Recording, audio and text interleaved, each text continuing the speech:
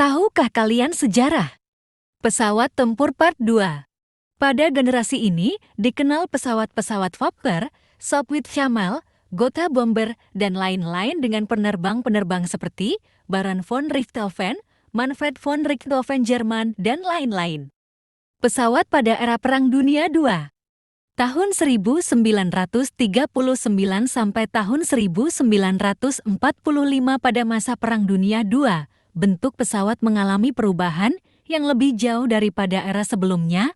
Perubahan itu diantaranya meliputi material yang digunakan, desain pesawat, mesin pesawat, cockpit, serta dilengkapi dengan sistem radio.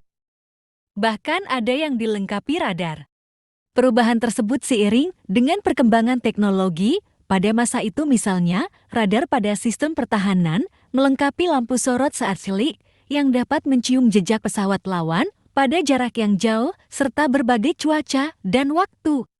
Mesin pesawat yang tidak lagi menggunakan bentuk radial serta dilengkapi dengan sistem injeksi bahan bakar seperti Messerschmitt yang memungkinkan pesawat dapat bergerak lebih lincah serta dapat di-starter langsung dari kokpit tanpa bantuan staf darat, bahkan menjelang akhir perang mulai diluncurkan.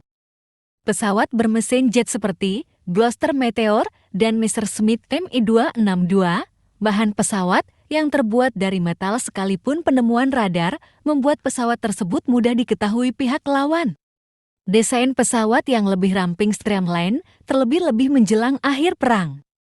Dari sistem senjata selain dilengkapi senapan mesin baik kaliber 7,7 mm, 12,7 mm, sampai 20 mm, bahkan ada yang dilengkapi roket seperti halnya P-51 Mustang dan Mi-262. Di bidang teknologi radar, avionik, serta sistem persenjataan, khususnya berdasarkan pengalaman, ada perang-perang yang terjadi pada era sebelumnya. Dari bentuk-bentuk pesawat yang didesain memiliki angle of attack sudut serang yang tinggi sehingga didapat bentuk pesawat yang terkesan halus dan tidak segarang dan sekasar era sebelumnya, namun memiliki kemampuan yang melebihi era sebelumnya, mesin yang mampu memberikan daya dorong tinggi tetapi juga diusahakan hemat bahan bakar. Antena radio dan radar yang lebih sensitif dibandingkan pada masa lalu yang bahkan tidak dilengkapi radar sama sekali, bahkan didesain untuk mencium lawan yang lebih jauh, bahkan sebelum pesawat lawan dapat dilihat oleh mata dapat dihancurkan, sehingga memunculkan rudal-rudal berpandu yang memiliki jangkauan lebih jauh dan ditembakkan dari segala arah. Pesawat tempur adalah pesawat militer berukuran kecil, lincah, dan cepat yang sering digunakan untuk menyerang pesawat lain di udara. Artinya, pesawat ini hanya dipakai di medan pertempuran. Karena itu, kita jarang melihatnya secara langsung. Ketika Perang Dunia I, pesawat tempur dikembangkan untuk menghadapi pesawat pengebom dan balon udara yang kerap dipakai untuk melakukan agresi darat dan pengintaian. Seperti namanya, pesawat ini dilengkapi dengan kemampuan bertempur di udara seperti senapan mesin, rudal, bom, dan radar pendeteksi musuh dari jarak jauh yang bisa mengunci sasaran secara otomatis. Semua negara di dunia mempunyai pesawat tempur untuk melindungi diri maupun menghadapi berbagai ancaman. Begitu juga negara kita, Indonesia. Dalam artikel ini, kamu akan diajak mengenal lebih jauh pesawat tempur Indonesia, mulai dari sejarah hingga jenis-jenisnya. Saat itu, ada sekitar 50 buah pesawat Cureng milik Indonesia yang disimpan di Pangkalan Udara Maguwo Harjo, Yogyakarta. Suryadi Suryadharma, Kepala Staf TNI AU yang menjabat kala itu, mendatangkan 2 teknisi ahli dari Jepang untuk memastikan kondisi pesawat Cureng. Setelah dinyatakan siap, pesawat Cureng diuji terbangkan pada tanggal 27 Oktober tahun 1995 di Pangkalan Udara Maguwo Harjo. Pilot yang menerbangkan pesawat tersebut bernama Agustinus Adi Sucipto. Uji coba pertama itu berjalan sukses dan menjadi penerbangan pesawat berbendera merah putih yang pertama sejak kemerdekaan. Sayangnya, hasil uji coba tersebut tidak bertahan lama karena pada 14 Januari tahun 1946 pesawat touring yang diterbangkan oleh Iswahyudi mengalami kecelakaan. Pesawat tempur adalah pesawat militer sayap tetap yang dirancang terutama untuk pertempuran udara ke udara dalam konflik militer. Peran pesawat tempur adalah untuk membangun superioritas udara dalam ruang pertempuran. Dominasi wilayah udara di atas medan perang memungkinkan pengebom dan pesawat serang untuk terlibat dalam pengeboman taktis dan strategis terhadap target musuh. Kinerja utama pesawat tempur tidak hanya mencakup daya tembaknya, tetapi juga kecepatan tinggi dan kemampuan manuvernya relatif terhadap pesawat target. Berhasil atau tidaknya upaya sebuah kombatan untuk mendapatkan superioritas udara bergantung pada beberapa faktor termasuk keterampilan pilotnya, kebenaran taktis dari doktrinnya untuk mengerahkan pesawat tempurnya, dan jumlah serta kinerja pesawat tempur tersebut. Banyak pesawat tempur modern juga memiliki kemampuan sekunder seperti serangan darat dan beberapa jenis, seperti tempur pengebom, dirancang sejak awal untuk peran ganda.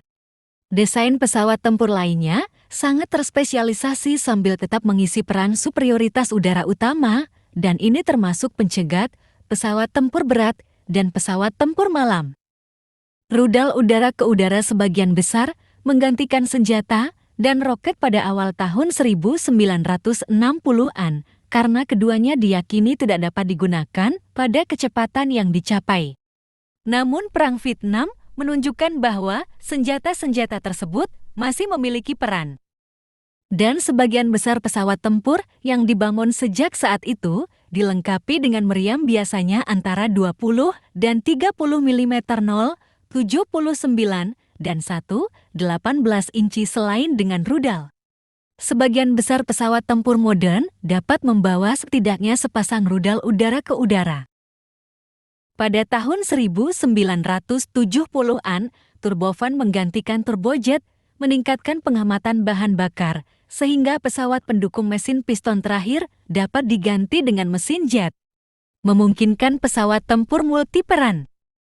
Struktur sarang lebah mulai menggantikan struktur yang digiling, dan komponen komposit pertama mulai muncul pada komponen yang mengalami sedikit tekanan. Dengan peningkatan yang stabil dalam teknologi komputer, sistem pertahanan menjadi semakin efisien. Untuk mengatasi ini, teknologi siluman telah dikejar oleh Amerika Serikat, Rusia, India, dan Tiongkok. Langkah pertama adalah menemukan cara untuk mengurangi reflektivitas pesawat terhadap gelombang. Radar dengan cara mengubur mesin, menghilangkan sudut tajam, dan mengalihkan refleksi apapun dari set radar lawan. Berbagai bahan ditemukan untuk menyerap energi dari gelombang radar dan dimasukkan ke dalam lapisan khusus yang sejak saat itu telah digunakan secara luas. Struktur komposit telah digunakan secara luas, termasuk komponen struktural utama, dan telah membantu mengimbangi peningkatan berat pesawat yang stabil. Kebanyakan pesawat tempur modern lebih besar dan lebih berat daripada pengebom medium Perang Dunia II.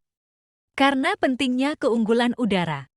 Sejak awal pertempuran udara angkatan bersenjata terus-menerus bersaing untuk mengembangkan pesawat tempur yang unggul secara teknologi dan untuk mengerahkan pesawat tempur ini dalam jumlah yang lebih besar dan mengerahkan armada tempur yang layak menghabiskan sebagian besar anggaran pertahanan angkatan bersenjata modern.